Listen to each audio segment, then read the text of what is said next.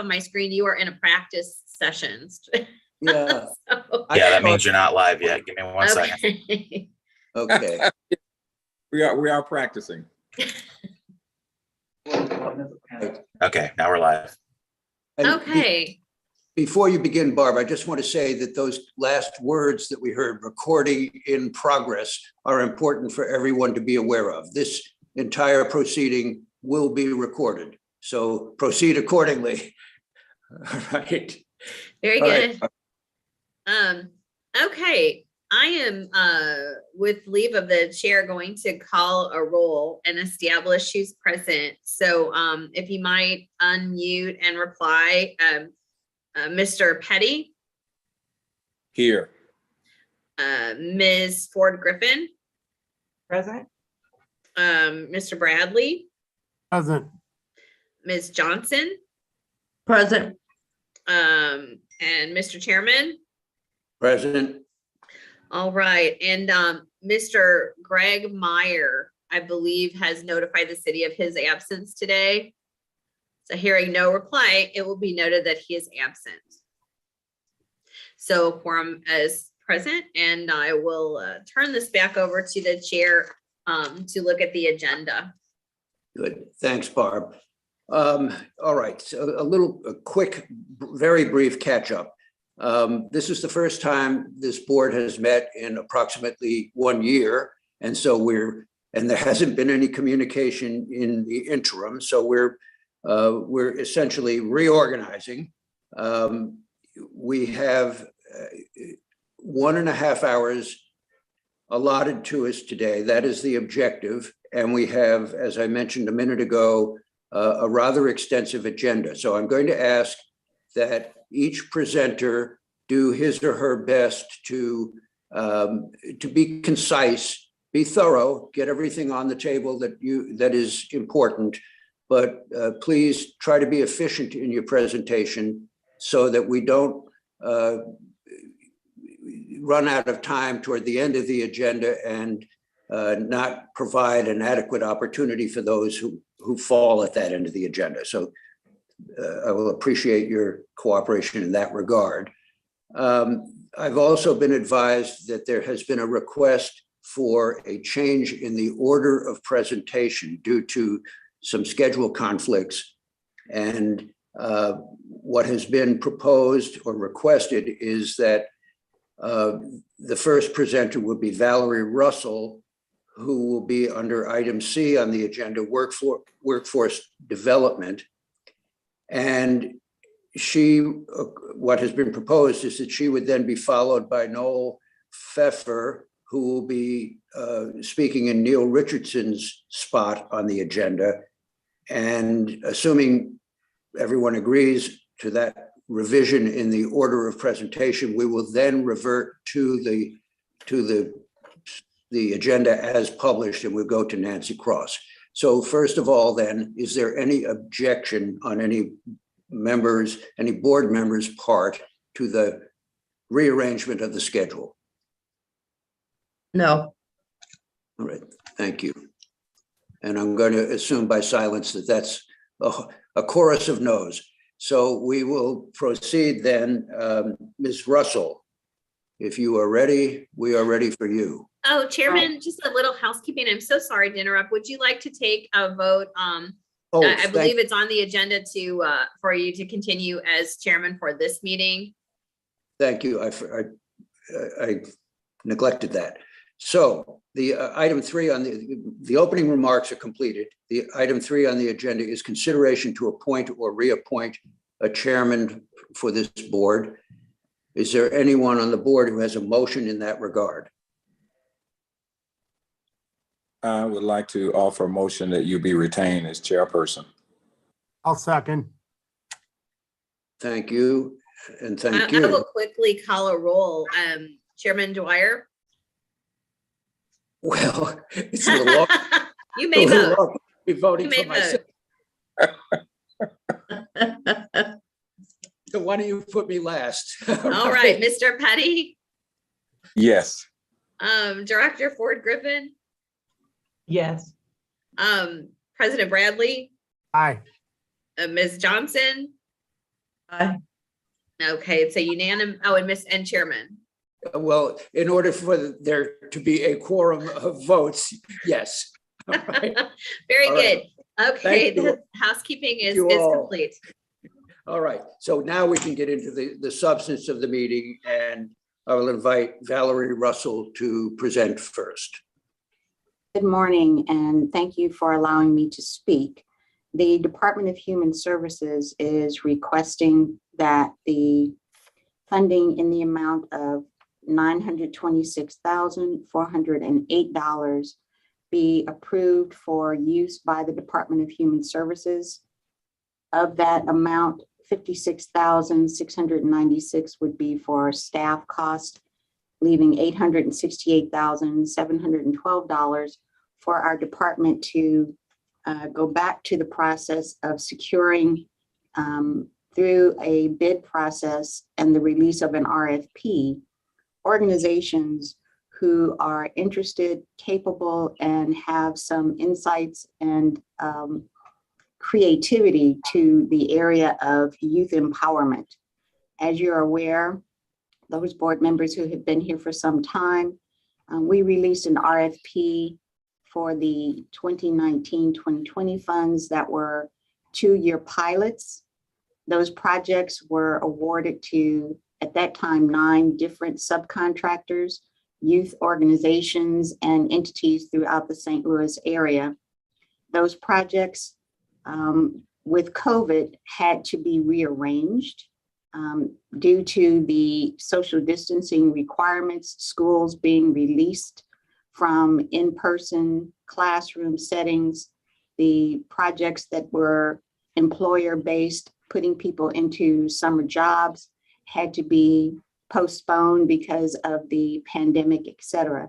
So the funds that had been awarded to those entities over a 2-year period, all of them did not expend their funds. We extended their contracts. The contracts for those then ended on 12/31/2021, with the exception of 2 who still had summer projects that they were not able to initiate. It is our plan to allow those 2 organizations, the Missouri Botanical Gardens, the St. Louis Community Foundation, which is in partnership with STL Youth Jobs, who will be operating projects in the summer of 2022. In the meantime, we are going to be revising the RFP that we had structured with the assistance of some of the members who will serve on the review committee of the RFP, and in consultation with Catherine Werner, who is the city's sustainability director.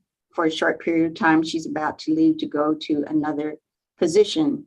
Our goal is to focus on the exposure of youth to careers in businesses, industries, educational opportunities that deal with, sorry about that, my light went out, that deal with climate change, that will approach climate change, sustainability, and other matters to focus the youth's attention to objectives and things that they could do, not only to help forward the world as it deals with climate change, but also the city and its own sustainability goals. So we are just at the beginning stage of having those discussions about the RFP revisions and changes, but we'll be doing that so that we can release an RFP this summer, with projects hopefully to begin at the beginning of the school year. Good, thank you for that. Let me ask first then if there are questions from any members of the board for Ms. Russell.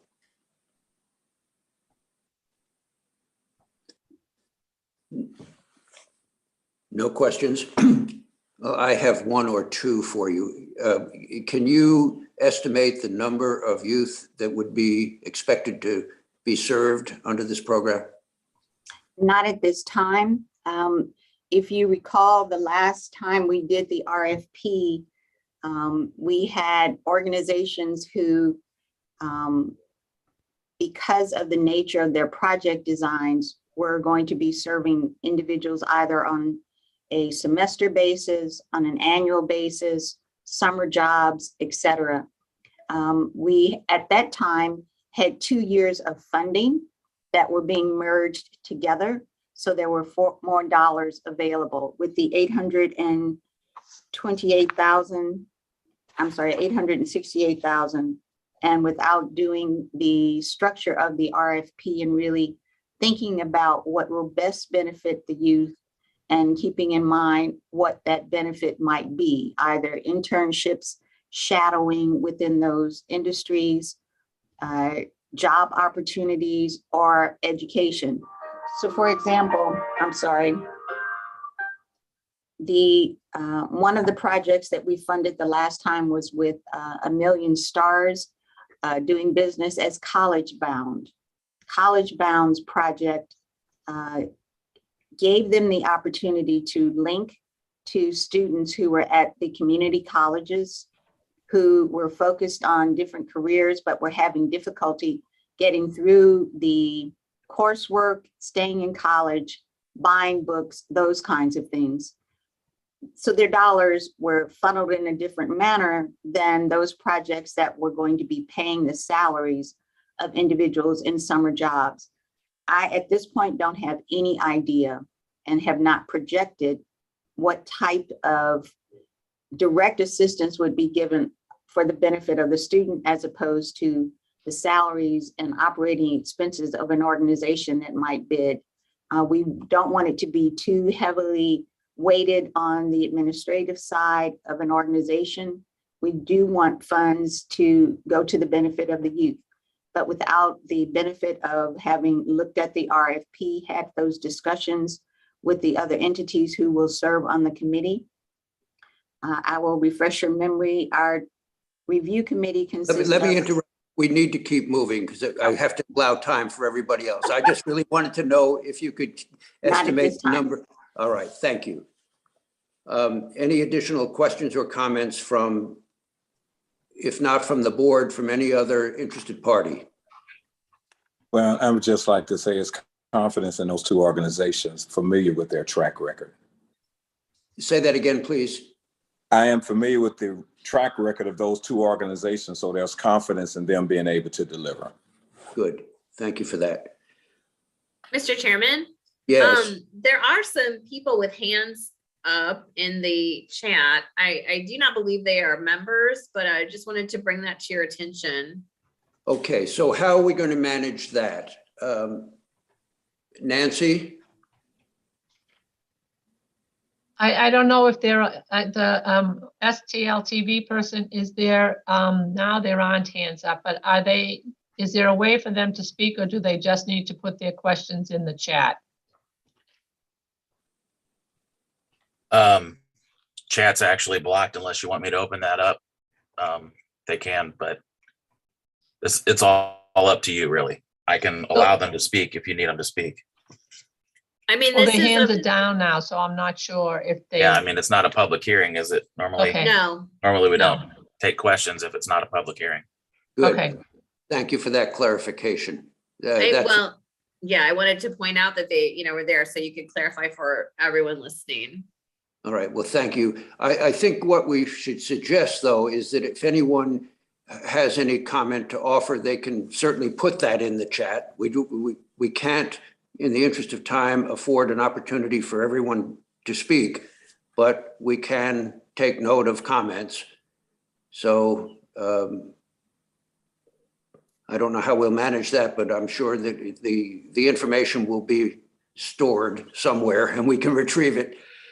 So I'm going to Well, move. Mr. Chairman, I will watch the chat if people want to put their questions in, since Barbara's taking the meeting minutes and I'm here as a helper, not as the chair or running the meeting. So I think that'll alleviate you having to worry about the chat and allow Barb to focus on her piece, and then I can have those questions. Great, thank you very No. much. All right, then I'm going to call for a motion on the request for a favorable recommendation regarding Ms. Russell's presentation and the request for $926,408. Is there a motion to recommend approval of that request? So move. Thank you. Is there a Second. second? Second, And thank you. Who was the second, please? April. Thank you, April. Previous roll. Pardon me? I'm called for previous roll. Okay. Barb? Well, we would have to ask if there was any objection among the members to the previous roll, which was unanimous approval. Any objections? So hearing absolutely none, this motion would carry unanimously. Thank you. And I'd like to thank you, thank the committee. All right, thank you for your presentation. We'll move now to the revised item number 2, Noel Pfeffer, speaking on behalf of Neil Richardson. Good morning, Chairman Dwyer and everyone. It's a pleasure to be with you. My name is Noel Pfeffer. I serve as Mayor Jones' Director of Policy, and I'm a poor replacement for Neil, but I'll do my best. I'm going to start where he would start, which is by dropping in the chat a link to our roadmap to economic justice. And it's worth noting that the roadmap to economic justice grew out of the equitable development strategy, which was funded by economic development sales tax funds. So we appreciate your support for this project historically, and today's budget for the planning department, which SLDC has funds allotted to under, and the Community Development Administration reflects the priorities laid out in this roadmap to economic justice. Specifically, we see neighborhood planning as essentially the building blocks for an equitable, community-driven development strategy. And that's why the funding from this tax is so important. It funds 9 positions in the planning department that conduct city planning. And I'm also going to drop right now a link to a resolution approved by the Planning Commission, which authorizes the city to begin planning in the geographies described on page 5, which include the Project Connect geography, as well as College Hill, the Fairground neighborhood, the Ville, Greaterville, Kingsway East, Kingsway West, Wells Goodfellow, Hamilton Heights, Mark Twain, Walnut Park East, Walnut Park West, North Point, and Baden. And we are excited to get those planning efforts underway in partnership with community stakeholders over the coming year. And we've already begun planning efforts in the Project Connect geography in those 6 neighborhoods where we've been surveying the community to get an understanding of needs and assets, and have opened up the application to serve on the steering committee. And the purpose of these neighborhood plans is to actually be implemented. And that's where the neighborhood manager's line item comes in. And that's the biggest change to the planning department budget. And that's the $630,000 line item that's to be allocated to SLDC neighborhood managers. SLDC neighborhood managers' job is essentially to work in partnership with the community to implement neighborhood plans, to engage the community, to build relationships, to partner and manage projects. So if a community member wants to access LRA land, they can walk them through that process. If the community has come together and in the neighborhood plan said, we need a clinic, or we need a grocery store, or we need this bus stop route change, or we need early childcare, the job of the neighborhood manager is to assemble the resources and act as a project manager for that community, where they are connecting them to resources both at SLDC, but also at the city more broadly, that we can leverage to transform the neighborhood's vision into a reality. The other new addition that we see in the proposed budget, and you'll hear about this more from Justin, and you'll hear about everything I'm talking about more from Justin and Meg, representing planning, is we've added this planning implementation grant.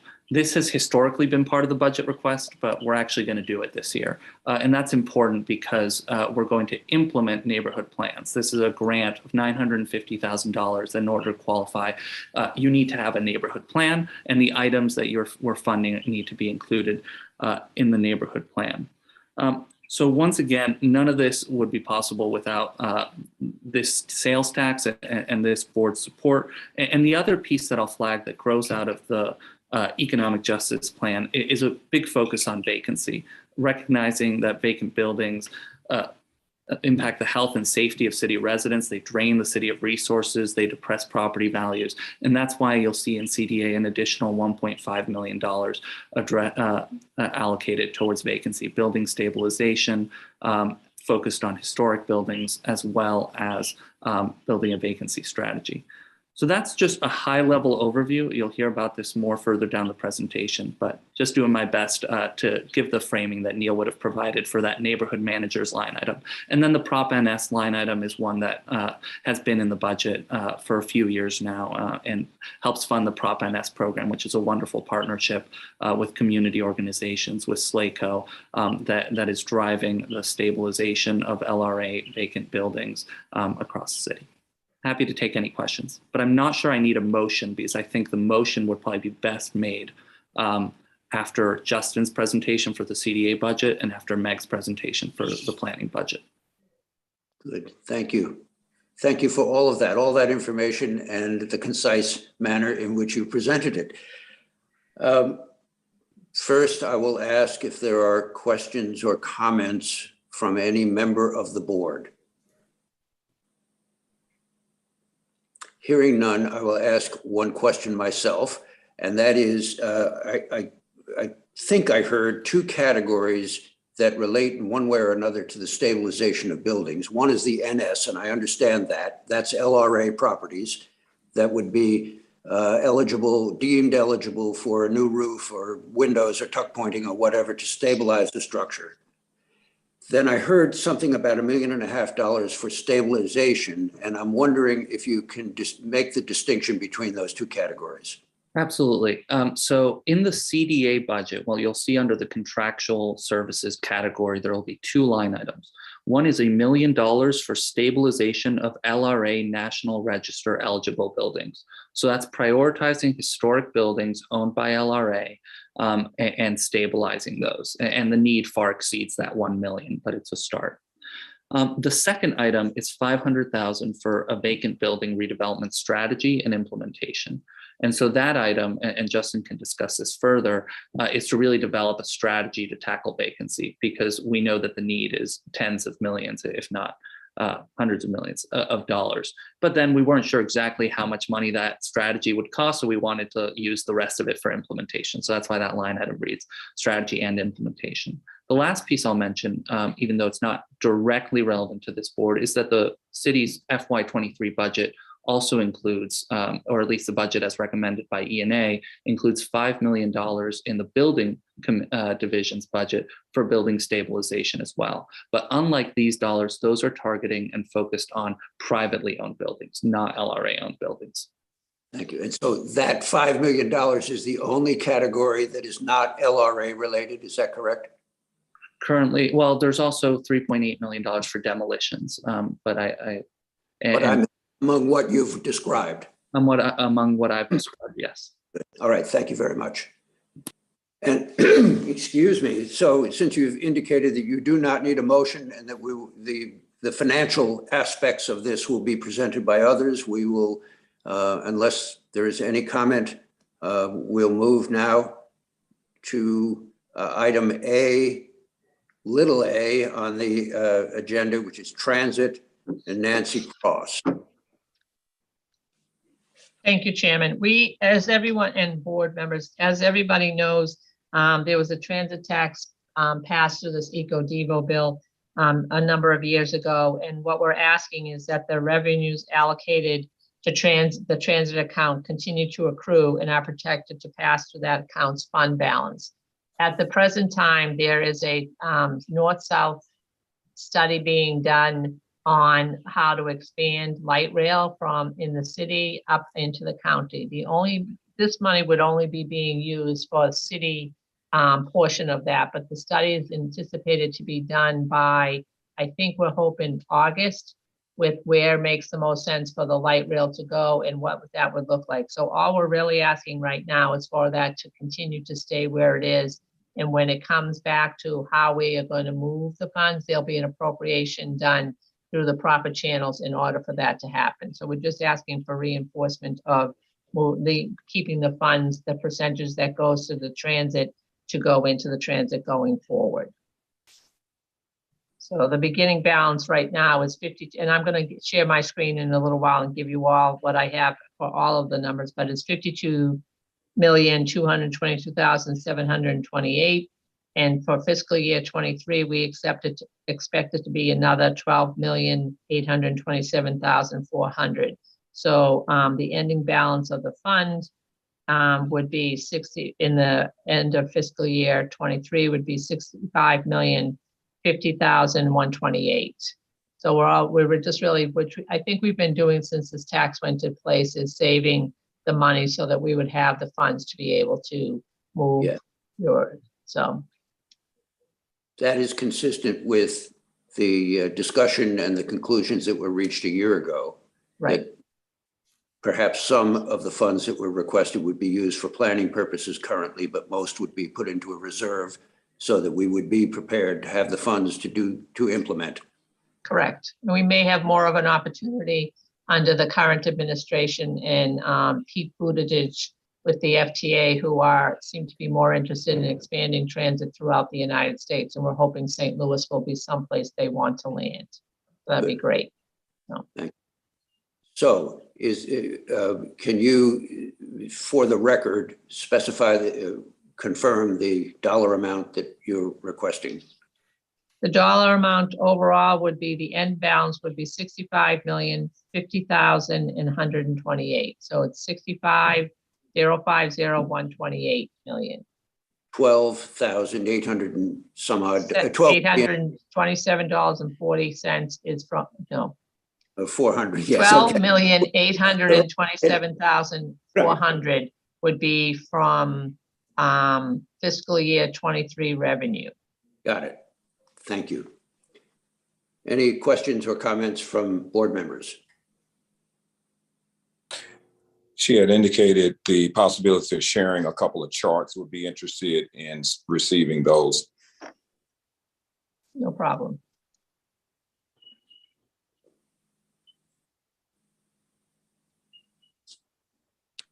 There is a problem. Let me figure out how to do that. Hold on one second.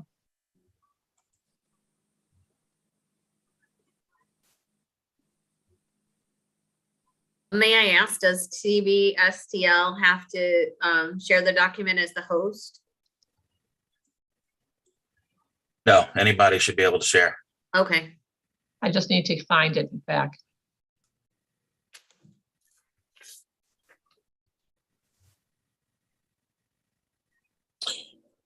Yeah, or the other thing, it could be emailed to us later. I actually did. Dr. Petty, I actually did just email it to the panelists about 5 minutes ago. It has all five parts of the budget on it. Okay, all right, So, thanks. Yep. And I will figure out how to put it up. So, but you should, Chair Dwyer, we should continue while I figure this out, so. All right, good, thank you.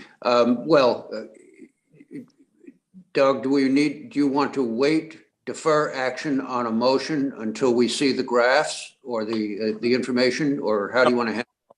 No, I'm okay. I think this is consistent with proceeding the way that it was talked about from the very beginning. Yes, I agree. All right, would you like to make a motion then? We would recommend approval of the. Go ahead. So moved. Thank you. And that is the motion is to recommend approval of the 12 million plus dollars requested in fiscal year 2023. Is there a second to that? Second. Thank This you. is Tracy. Thank you, Tracy. Call for previous roll. Thank you. Barb? Previous roll has been requested. Any objection to that, which is would be a unanimous approval of the motion? Hearing no objection, the motion would be approved, will be approved unanimously. Terrific. Thank you. Now, Nancy, is there anything more you want to present regarding environmental assessment? I don't think I need to do that. I think that will end up, and Rich Bradley can correct me on this if I'm wrong, as we get the study, they will have done the environmental look Perfect. at this at that point too, won't they, All right. Rich? That's Terrific. correct. Yeah. Thank you. All right, we will move then to item B on the agenda, neighborhood revitalization. And the first presenter will be Justin Jackson.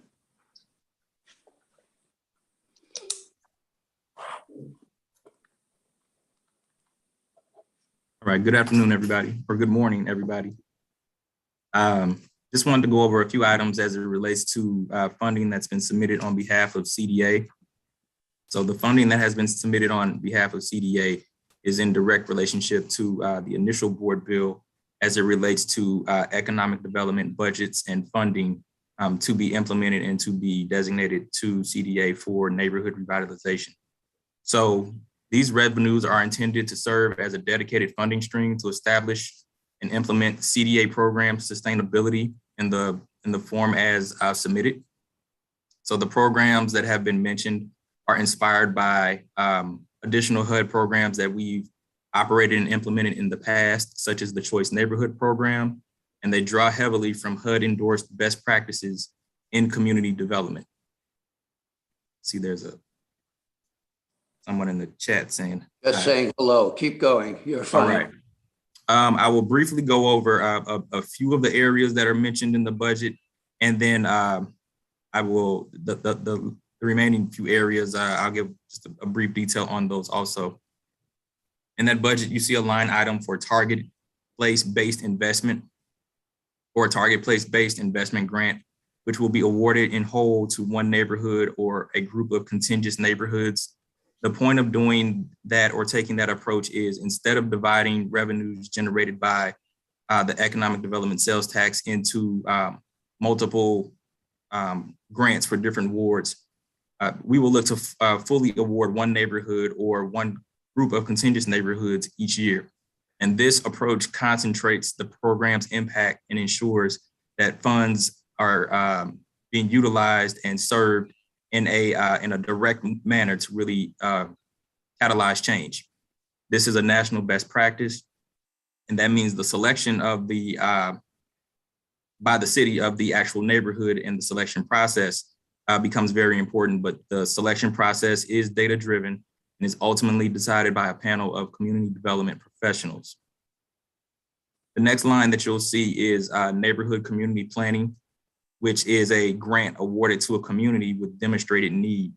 And the outcomes of any community are measurably better when the community drives the planning process and when residents identify the challenges that they face and propose solutions custom built for their neighborhood. So this is why we have set aside funding that will require a neighborhood to engage in the planning process and have a committed engagement process underway. We will award at least one planning grant each year to a community that has demonstrated need and that is committed to engaging in a robust community planning effort. And we will also require that proposals for this funding include significant analysis of needs as identified by local and resident stakeholders. The next line item that you see is the vacant building redevelopment strategy and implementation of related activity to redevelopment of city-owned vacant buildings. This is an extension of some of the previous items mentioned, specifically the targeted based investment grant, because when we identify areas to focus on in terms of targeted based investment, we often run into vacant building issues or issues with vacant buildings. We've had several in-depth meetings regarding vacant buildings in the city and what to do with vacant buildings in the not too distant past. We've come up with alternate solutions in collective groups with CDA and SLDC and the building division in terms of maintaining vacant properties by increasing dollars for property maintenance. But we also wanted to dedicate some funding towards actually providing a solution to the redevelopment of some of those structures that may possibly be in some of these neighborhoods. That line item is crucial because oftentimes we talk about possibly stabilizing a building or maintaining a building, but that does not necessarily get that building to be back active and productive in the community. But just setting aside dollars to be utilized in that fashion. The next line item you'll see is the stabilization of LRA-owned National Register eligible buildings. And those likely uses include the Wellston Station Loop, Club Imperial, the Chuck Berry House, and the Sarah Lou Building. Now, all of these. Excuse me, we hold had a on. nice, we What we're have gonna some do- comments in the chat that we may need to Yeah, I'm with, I'm edit gonna, out. just pause for a moment, please, and I'm going to ask the STL TV gentleman to close the chat. Thank you. Can you handle that, please? Respond. Just close. While they're doing that, I'll keep going. All right, So, thank you. as we talked about the stabilization of LRA-owned National Register eligible buildings, these are historic buildings or historic properties in the city of St. Louis that have been designated as historically preserved buildings for quite some time. And we've had, many planning meetings between SLDC, CDA, and the planning department in terms of identifying areas in the city of St. Louis that have significant historical and cultural value, and looking for ways to maintain those actual buildings and keep them as prominent sites within the city. So some of these buildings or some of those items that we have already mentioned, we've already begun certain efforts towards stabilizing those buildings, specifically the Wellston Loop Station.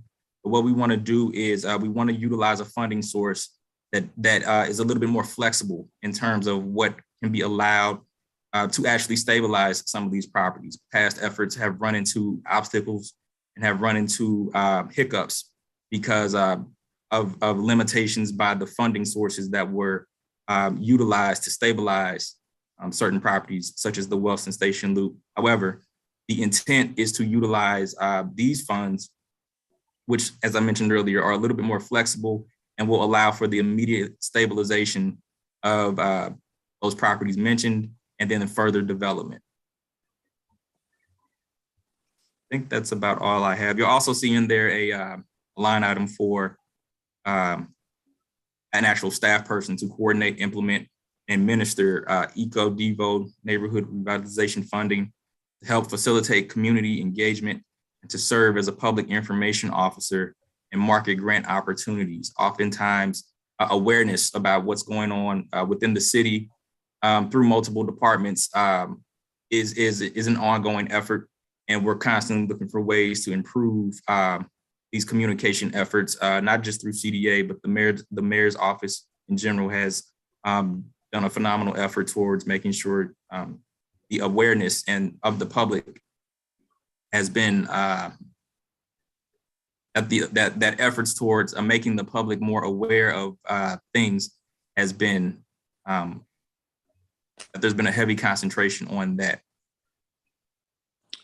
So what you're seeing in front of you is what I'm referencing. Yes. That was a memo that was submitted roughly about a month ago. I think there has been a slight increase towards one line item, the stabilization of LRA-owned neighborhood registered eligible buildings. It should say 1 million, not 500,000. But the remainder of the items on that proposed budget are still the same. All right, two quick observations. First of all, I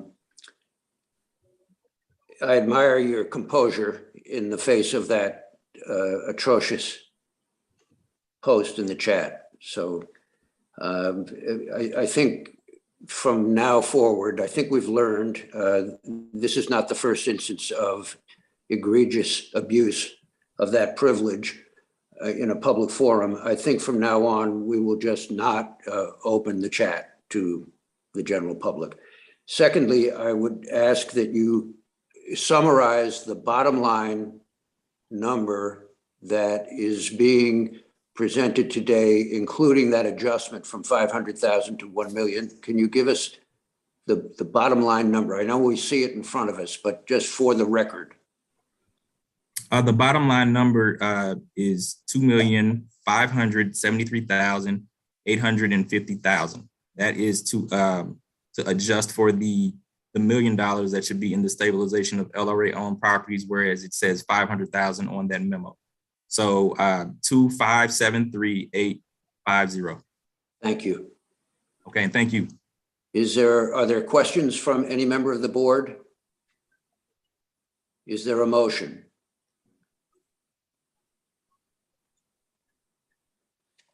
So moved. Thank you. Is there a second? Second. And Call for previous roll, please. thank you. Barb? Yeah, President Bradley has called for the previous roll, which would result in a unanimous approval of the motion. Any member opposed to that, please indicate so on the record. Any objection? And hearing none, the motion passes unanimously. Thank you, Barb. And we will move now to item lowercase b under section B. Meg Lousteau. Good morning, Mr. Chair. How are you? Pleasure to be I'm- here. I'm Meg Lousteau. I'm the Director of the Cultural Resources Office. As some of you know, Cecilia Dvorak, the City Planning Executive, took a job in Houston in March, and our Executive Director of PDA, Don Rowe, is traveling. So to paraphrase Noel, I'm a very poor substitute for both of them, but I will do my best to give you all the relevant information about neighborhood planning and the strategic land use plan update. I'll start with neighborhood planning, which Noel addressed in a big picture way, and I'll give you some of the details. As he mentioned, 6 planning areas have been identified by the Planning Commission. 6 of those have actually launched. So we have Old North St. Louis, Jeff Vanderloo, St. Louis Place, Hyde Park, Columbus Square, and Carr Square. There was kickoff on December the 15th at Vashon High School. There have been World Cafe events and one-on-one conversations. Right now, there are ongoing neighborhood meetings in one-on-one and small group formats. There are other components of the neighborhood plan. We have an Our Plan website. There's something on the Plan STL homepage.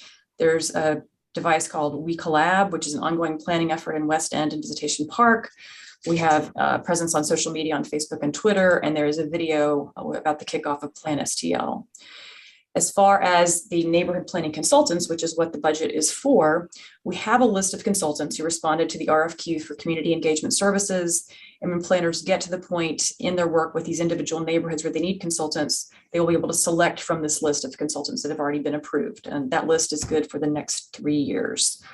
So the budget request for neighborhood planners is neighborhood planning, is $650,000. I would like to address the issue of hiring. I know that was a top priority at last year's meeting, and it remains a top priority. I'm happy to report that we have hired an additional staff person, planner 3, who is paid for half by the sales tax and half by the Green City Coalition grant. Currently, the staff includes executive assistant 2, program manager 2, and 3 community development planners, one of whom is out on medical leave. We are working on hiring to replacing Ms. Dvorak. There's been a minor miscommunication with the personnel department, but we expect that to be resolved soon, and we are very eager to find Cecilia's replacement. For the Community Development Planner 3 and the CD Research Analyst, both of which are funded entirely by the sales tax, we've exhausted the existing certification lists for both positions and are in the process of requesting that the personnel department repost the position. So believe me, this is as much of a priority for our department as it is for this board, and we are working diligently to fill those positions. Does that complete your presentation? Yes, I'm happy to try to answer any questions. Okay, are there any questions from the board? Meg, what's your total ask in this line? That is $650,000. Thank you. Thank you, Rich. You want to make a motion? So moved. Thank you. Is there a second? Was that motion, Ms. McLeod, Director McLeod? I'm sorry. Oh, Ms. Johnson. I was trying to make sure I knew who made the motion. Thank you. Okay. Actually, we'll help Barb going forward. And when anyone makes a motion, please identify yourself, and that way it'll simplify the process. Thank you. Is there a- Acknowledge. Am I hearing a second? I'm not hearing a second. Yes, you are. You're hearing, you're hearing a second. All right, good. Thank you, Doug. All right. Okay, I have a motion and a second. Rich, Bradley, call for previous roll. Okay, President Bradley has called for previous roll. Are there any objection to that motion for previous roll? Hearing none, the motion passes unanimously. Thank you, Barb. And moving along now to item C, workforce development. Mr. Chair, I need to also address the strategic land use plan update. Oh, I'm sorry. Well, I was short-circuiting you. Okay, proceed, please. Sure. So the strategic land use plan is a legally mandated document. It was created in 2005. And since then, the planning staff through the Planning Commission has made annual updates, which reflect things like, rezonings of certain parcels, city projects, et cetera. But what's on the table now is hiring a consultant to do a comprehensive review of the strategic land use plan in relation to neighborhood planning, because so much has changed in the past, 17 years. There's been changes in technology, development trends and patterns, and of course, we've had COVID. This is an opportunity to take a look at the big picture of the strategic land use plan and make sure that it is in keeping with what we need now, what 2022's needs are. So this consultant will be hired to take all of the changes over the past 17 years into consideration and really chart the best course using the strategic land use plan as that vehicle. And the dollar amount request there is $400,000. Chairman, may I go back and clarify the motion that was just made? Did that encompass the request of Ms. Lusto, Director Jackson, and also the presentation of Noel Pfeffer? Is that all of that? Was that all in that motion? No, Justin Jackson's request was a much larger sum, $2,573,850, and that was voted on and unanimously approved as a separate line item. And now Ms. Lusto has little I, $650,000 for neighborhood planning, which has been acted on, and recommend that it be approved. And now we're on to strategic land use plan update, and the request is for $400,000. And we're at the point where I will ask if there are any questions from any board member on that request. I have one question, Meg, and that is the scope of that effort. Is that citywide? Yes, it's citywide. Good, thank you. No further questions? If not, may I have a motion to recommend approval of that request of $400,000 for strategic land use plan update? This is for the consultant, right? Yes, for the consultant, yes. So moved. This is Tracy. Thank you. Second, this is April. Thank you, April. Call for Rich? previous roll, Bradley. President Bradley has called for previous roll. Is there any objection to previous roll, which would unanimously approve this motion? Hearing none, the motion is approved unanimously. Good, Members thank you. support. Greatly appreciate it. Okay, we move now to item C on the agenda, workforce development, Frederica McGowan. Good morning, everyone. I am Frederica McGlown, the Executive Director of SLATE, and if you give me a quick second, I will share my screen with you for a moment. Are you all okay? Are you able to see my presentation? Yes.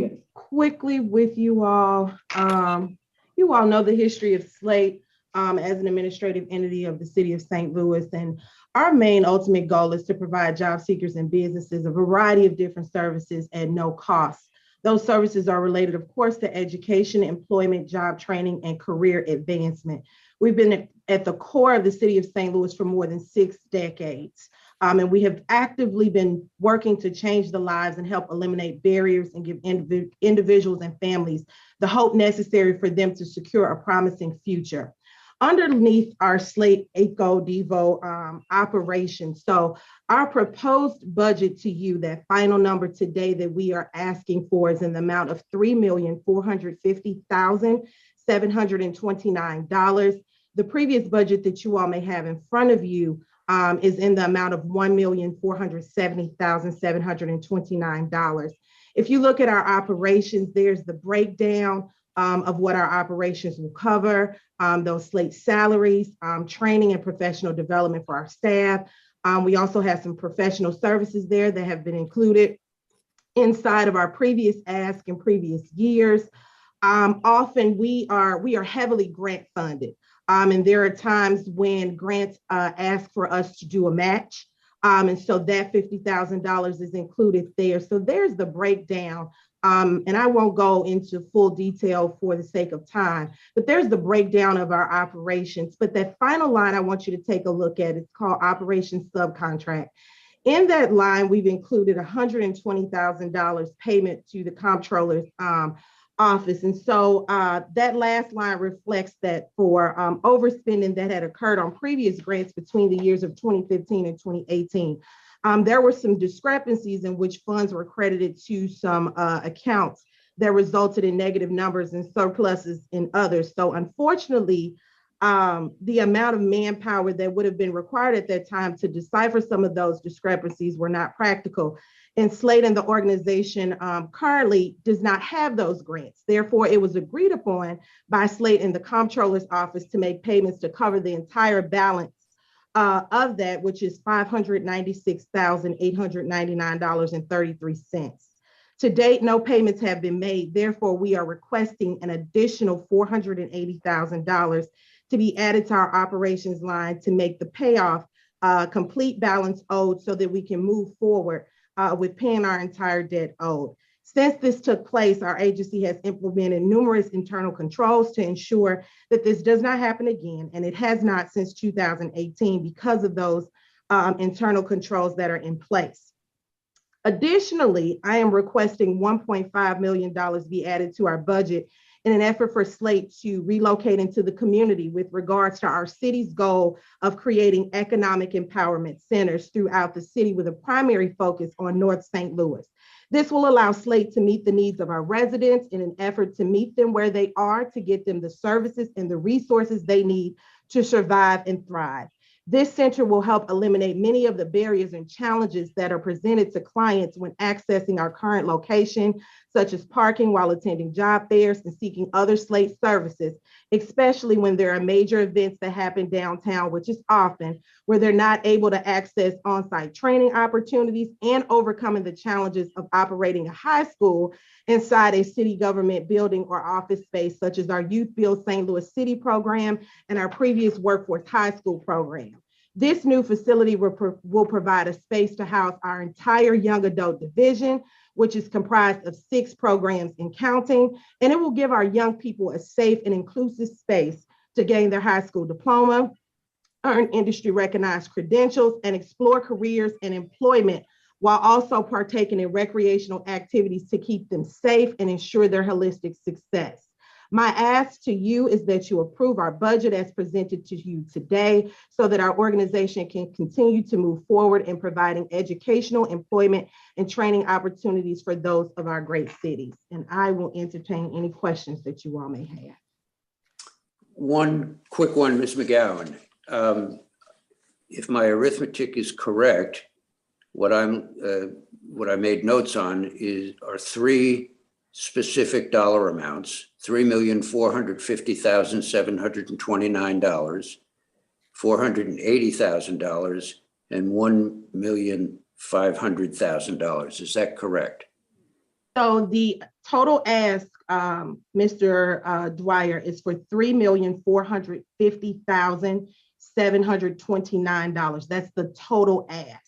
That Okay. $480,000 that you're referencing is in addition to the $120 that we have already put into our operations subcontract line. If you add both of those numbers together, you'll get the amount total owed to the comptroller's office.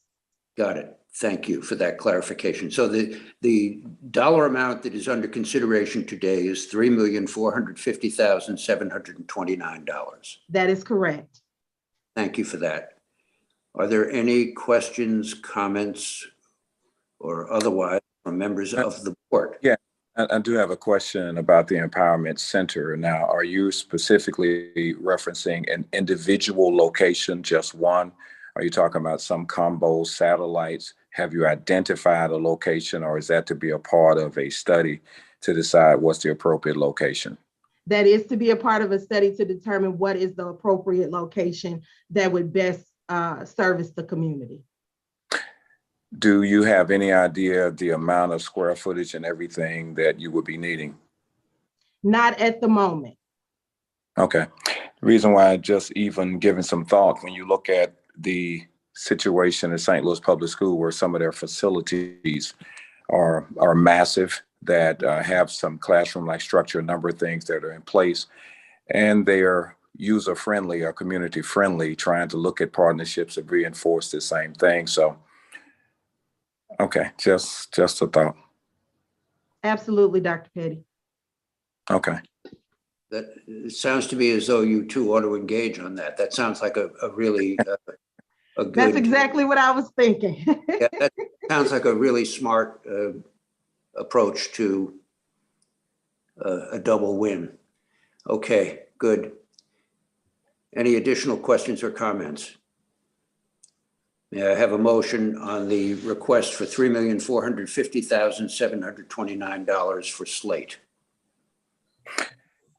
Just have one more question. Are you sure that's enough? It is my hope that that's enough, Dr. Petty. But we will always be happy to take more. Yeah, that's funny.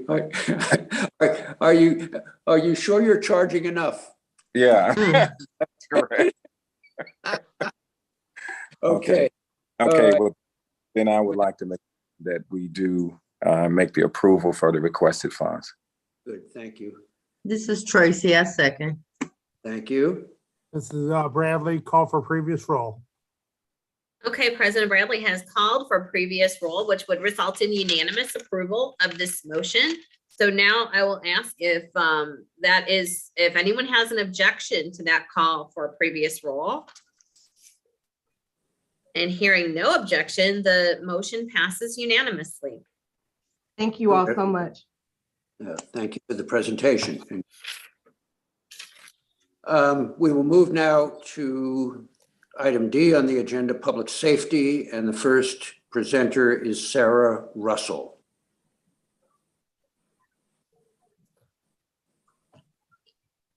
Good morning. I'm talking today on the outdoor warning siren system. That is something that I have spoken on with various groups across the city, and concerns about the length of service that the current system has been in place. And we're looking for, not all from this group, I believe specific funding will be addressed by further speakers on the agenda. But the total cost to the city at the end of the day will probably be about $4.5 million. So we're not asking for all of that from this group, I don't believe. But the siren system that we have in place currently has been in service since 1999, which puts it over 22 years old. And according to the manufacturer, that system should have a lifespan of about 15 years if it is well maintained. Our maintenance has been kept at a minimum, at least through my time with the city of the past 12 years and direct involvement of working with the system. We do have an arrangement with the street department to replace batteries in each siren every 3 years. The batteries do have a life term of about 3 years, and they keep the solar panels keep the batteries charged, which keep the sirens operational. Now, the sirens are used for warning the general public who are outside during a tornado warning or a destructive level severe thunderstorm warning. And that was an additional capability that was added last year after some changes to the National Weather Service's forecasting and issuance of such warnings. Severe destructive thunderstorms typically materialize 100% of the time when they are forecasted. That is the most severe level of thunderstorm warning, and usually has over 80-mile-per-hour winds and does produce destruction very similar to that of a tornado. So that was why we added that. And that raises the priority for us to plan and start to replace the system that we have. Parts, of course, are hard to come by and costly, and repairs are becoming more and more frequently needed. And our typical budget does not support the types of repairs that we're finding necessary at this point in time. So we've kind of crossed that threshold of now is the time when we need to replace this system. And we are looking for additional funding pathways to get that put together so that we can continue to provide adequate warnings to everyone in the city of St. Louis during those events. Quick question. Yes. Is this the same system that we hear at 11 a.m. on the first Monday of each month? That is correct. Okay, thank you. Any additional questions or comments from the board? You're not making a specific dollar amount request. We're leaving that to Director Isom. Is that correct? That is correct. Good, thank you. Okay, if there are no questions from the board, I'll ask one more time. Then we will thank you for your presentation. We will move now to Director Dan Isom. Thank you, Mr. Chairman. Can you all hear me? Yes. Yes. Okay, great. So I wanted to talk about the public safety answering point, the 911 system. I think as many people have heard, we have challenges with the current structure of the system, which has been exacerbated by personnel shortages that both the city and I think the nation are experiencing during this time. Just to give the group some context in terms of how a public safety answering point works, the name pretty much dictates how that operates. So a person calls 911, it's supposed to come to one specific answering point. Over the years, probably because of the separation from the police department and other city government, the answering point has always been the St. Louis Police Department. However, there are two different dispatching organizations. The police department dispatches to law enforcement matters, and the fire department dispatches to fire and EMS requests for service. Because there is one answering point, this requires the police department, when they receive a fire or EMS request for service, to forward or transfer that call to the fire department. The fire department has traditionally been in a separate PSAP, a separate facility. As you might imagine, that process is somewhat inefficient and also hampers communication. In addition to that, most PSAPs have a software system, which we call CAD, a computer-aided dispatching system. This is basically software that tracks 911 calls.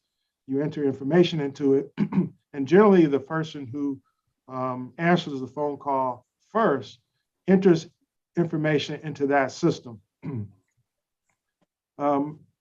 Traditionally, because of the separation, the fire department has had a separate 911 CAD software system, and the police department has had one. So none of the information is shared between both parties, and it also increases the inefficiency of transferring calls to be dispatched. As many people might know, we're in the process of consolidating the two units into one physical space, but that does not alleviate the problem of being on two different software systems. About a year ago, the fire department upgraded their software system, which is called Central Square. Central Square is a software used by many large communities to process calls for service, both on the police and fire side. When they did the upgrade on the fire side, the police department was not incorporated into that upgrade. However, the police department is now on an old legacy system that is not being supported or upgraded.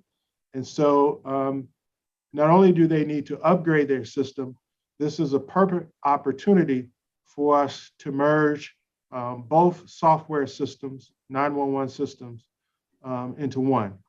The police department and fire department have been working with Central Square since Central Square already is the updated version that the fire department has. Both fire and police have worked through what would be the best solution. And we've determined that moving forward, that the police department would move to the Central Square system, which the fire department is using.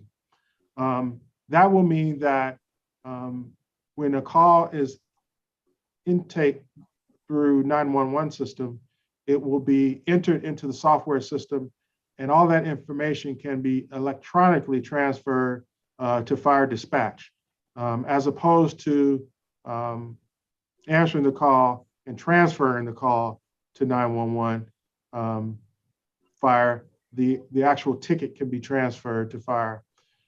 This is the way that PSAPs work throughout the country. You have one answering point. Both fire, police, and EMS are on one software system. And it adds to the efficiency of the process. So we are asking for, I think, a total amount of $3.47 million. About $445,000 of that will go to the 911 PSAP, and then 2.5 million will go to the sirens, and then another $450,000 will go to the SEMA notification system. So all of these are, of course, critical to public safety, upgrading our 911 software system, and then the Siren system, notification and warning system, which needs to be upgraded and long past due. So I present those requests to the board. Questions from the board? I have a couple of questions, Dan. First of all, on the arithmetic, I made note of three specific dollar amounts: $445,000. Yes. $2.5 million. 2 million 5. Yeah, I should have said 2.575. 575. That gives me the extra 50 I was looking for. Thank you. All right. So $3.47 million is the aggregate number. Yes. All right. So we got that clarified. So I want to focus just for a moment on what everyone, I think, who pays any attention to these matters would agree on, and that is the fundamental critical importance of an effective 911 system. This was a topic of some discussion at the meeting of this board a year ago, some discussion in depth about how the allocated funds in that round would be used and what the status of the effort was at that point and what the anticipated implementation date might look like. And so that information is a year old. And I know that Rich Bradley is a party to all of this. And so it may be that he'll want to weigh in as well. But I'm wondering first if you can give us a brief update on status and anticipated implementation. Well, there are two separate issues, and I'm not sure which issue Commissioner Bradley reported on a year ago. But there's this issue of a combined PSAP and the design of a new structure that would house various people in the public safety answering point. I think there was some funding allocated for a design of that building through the Capital Committee. And I believe that it's already been approved. But in the short term, we have made upgrades and done some construction at the current Spruce site for the police department to have one answering point at that location. This is not the long-term strategy, but the short-term strategy is a build out of the Spruce location, the police department location, to have one answering point. Now that answering point will only be fire and police, not some of the other entities anticipated in the long-term structure that will hopefully be built. The second part of that, Jim, is the software. And that's what we're asking for primarily today. The funding for is to get the police department and the fire department on the same software platform. So under best case scenario, when might that integration be likely to occur? On the actual physical integration, No, I'm at the software integration. Oh, software integration. Well, if it were approved today, the IT on the fire department and police department estimate that will at least be a 12-month process of moving all the data over, configuring it, testing. It's just mounds of data in both systems, and they have to be configured and moved over. So the estimate that I got was about 12 months. Thank you. Additional questions or comments? I do have a question. So I'm going to give you a new title, Peace Ambassador Isom, because everywhere you go is to bring about peace and stability. So he's already got 2 jobs. I mean, he's going 3 maybe. No, everywhere he goes is to bring stability and peace to operations. So that's the key. But I wanted to ask about the salaries for 911 operators. Is that one of the challenges that keeps the turnover going the way that it does? Because that obviously what's being asked of them. Has there been any reconsideration of what that needs to look like? Yeah, there has. On the police department side, I think we have increased the salary to a degree that we are able to retain people and attract individuals on the police side. On the fire side, we're still working on increasing the salaries for both EMS, but mainly the EMS dispatchers. Their salary is lower than the fire dispatchers. Than the police dispatchers, sorry. Okay, all right. Well, that was it. I think you hit upon a really important and I think sensitive issue, and that is the personnel matter. The system can be updated, but if the people operating the system aren't of an equivalent stature, the system is compromised. And I think, it's not a matter for today, but I know that the delay or the manner in which some calls are handled has been an issue for a lot of people over time. So anything we can do to advance the improvements to the system, I think is money well spent. Any additional questions or comments? So you alluded to the PSAP facility as did the director. Just a quick update from last year. As you're aware, the Board of Public Service entered into a design contract for the long-term PSAP with a design firm in July of 2019. That project was placed on hold in May of 20 due to COVID. Thanks to Mayor Jones and the administration here through Board Bill 184, there was additional $3.2 million in funding put towards that facility, and in particular for the design.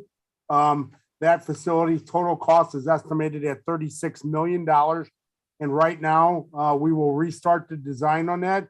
And the anticipated completion date is the third quarter of 26. So while we're working very closely with public safety and they are working on day-to-day issues, they are also working with us on the long-term solution, as Dan described before. So we're doing two different things, but we're going to get to the best system possible in two different ways. Thank you. Is there a location that has been determined for that new facility? Yes, the 17,000 square foot facility to be located behind the fire department headquarters at Jefferson and Cass. Thank you. Additional questions or comments? So Chairman Dwyer, I'll just add that the Personnel Department is meeting with both of the unions to try and resolve and come up with new salary increases. And there's been one or maybe two meetings with the fire department, and there are meetings scheduled with the police officer, the police union that actually the piece of the police union that represents the dispatchers is scheduled, I think, for either next week or the week after to start talking about the wages. And either you or Dr. Petty raised that as an issue, but there is movement on that. And in the mayor's budget, she's also put in additional incentives that hopefully get passed to help raise salaries across the board, including those 911 operators, because we know that they're essential for us to move forward. So. Thank you. Okay, the motion. Chairman, may I interrupt? I know that Nancy Cross is, I just want to circle back. I think she's now able to show the budget document that she had. And as we go forward, I'm not really sure what items we want to make sure line up with that. So I would ask Ms. Cross, does this affect this item, or would you like to show it after the motion? Well, I think let's see, you're asking the question of Ms. Cross, so let her answer. It does. Yes. I don't think it impacts the public safety document at all. So. Okay, but should we return to see that document after this motion? Either way, I can sure. Whatever you and the chairman think is the best way to go. Yeah, the chairman will direct. I just want to make sure at the end of the day that the motions are, in line with the overall picture. Yeah. Right. So are you thinking of the modifications that were made subsequent to the printing of the document? Okay. Yes. So the minutes will clearly reflect that, because you're taking the minutes and we're recording the meeting. So it should that should be clear. But obviously the documents must be, if they haven't already been updated to reflect those few refinements, they must be. And the document should then be identified as revised as of May 5th, 2022. Okay, Nancy? Yeah, and I would also add that the budget director put these numbers together for us, and most people are not aware of this except for the people that are on staff that are directors here, in that the city moved to a new ERP financial system March 1st, which has impeded the ability to get as accurate numbers as possible, not in a bad way, but if you've ever worked in an organization where they move from some kind of financial system to a new software system, there's a little bit of a lag, and that's what we've been going through. So these are the best numbers that he could get as of this time. So these are the numbers that were put into the budget.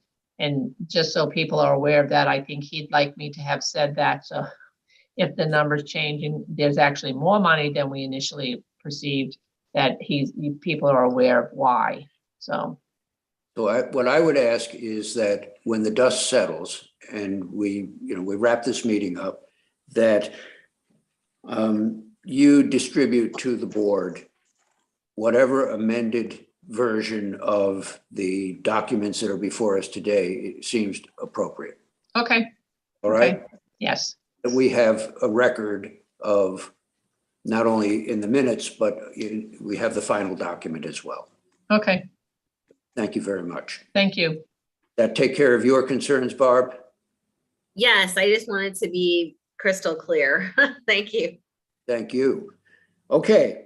And there's Chairman we have- Dwyer, I have one more piece. There's a, which I don't know what happened to the second page of the agenda, but there's one more piece on capital infrastructure money. There's a percentage of this tax that goes to that. And usually my understanding is that that money just goes into the capital fund, and the capital committee will meet and figure out what to do with that meeting going forward. But the amount as of today is $2,120,000 that is scheduled to come from this tax for capital improvements in fiscal year 23. Well, it's interesting because the agenda that I have seems to be complete. It has, as item number 6, the word adjournment, and yet that item isn't in there. So that's another clarification that would be required, desirable going forward. Maybe we amend it. So let me back up to Dan Isom's presentation. We haven't acted on that yet.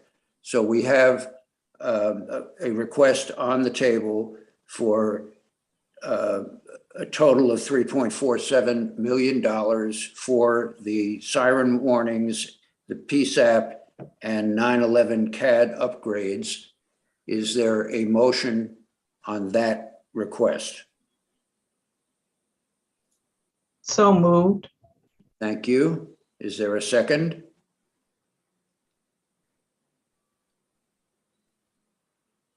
This is Tracy. I'll second.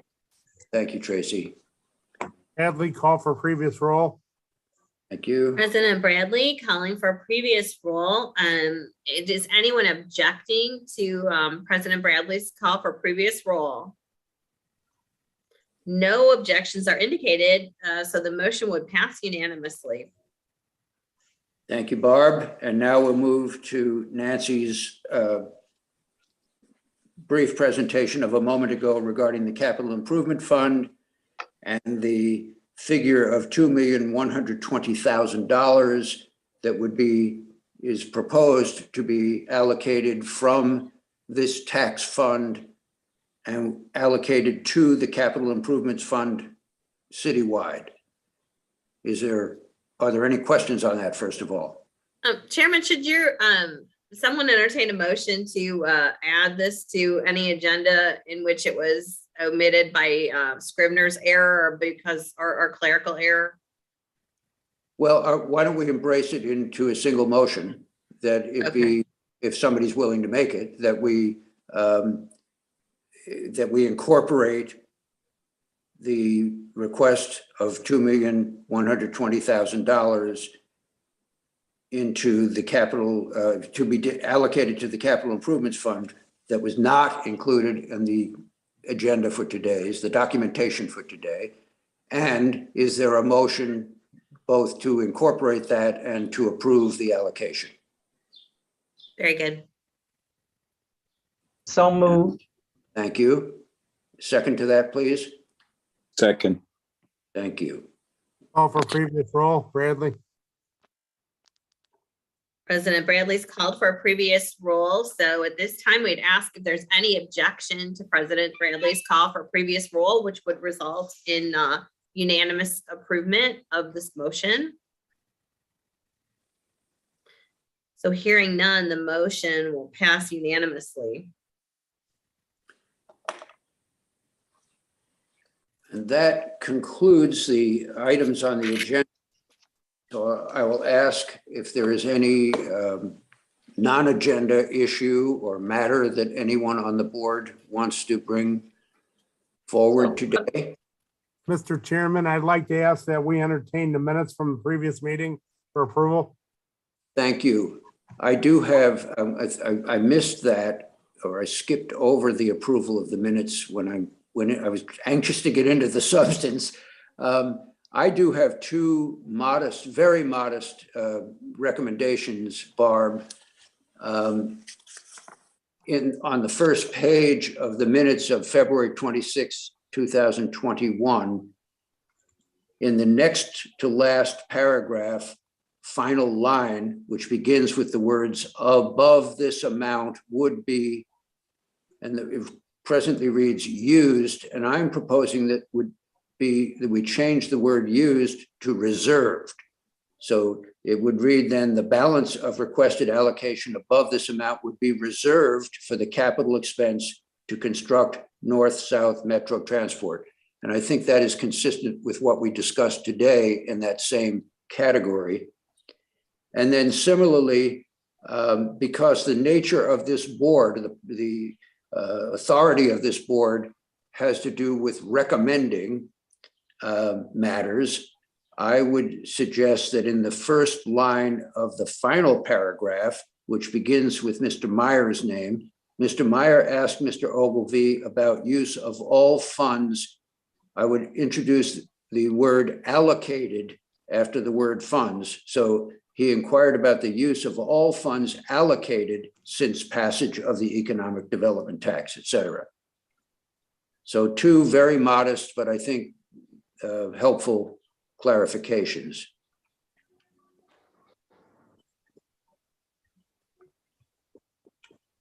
That's all I have. Does anyone else have any amendments or clarifications to propose?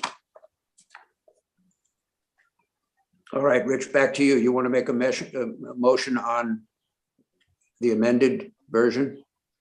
Yes, Mr. Chairman, I'd like to make the motion that we approve the minutes from February 26, 2021 virtual meeting of the Economic Development Tax Board as amended. Thank you. Is there a second to that? A second, this is Second. Tracy. Thank you. I'll call the question. All in favor? Aye. Aye. Opposed? The motion to approve the minutes as amended passes unanimously. Is there any other business that anyone would like to bring to the board today? Okay, I want to say that almost miraculously, it is 11:58. So we got this rather heavy agenda done in exactly the time allocated. And for that, I express appreciation to everyone for your cooperation in presenting efficiently and to the board for dealing effectively with the requests. If there's no other business to come before the board today, I will entertain a motion to adjourn. So move. Thank you. Is there- Second. Thank you. This is Tracy, second. Any objection? The meeting is adjourned. Thank you all so much. Good meeting. All right. Thanks. Take care.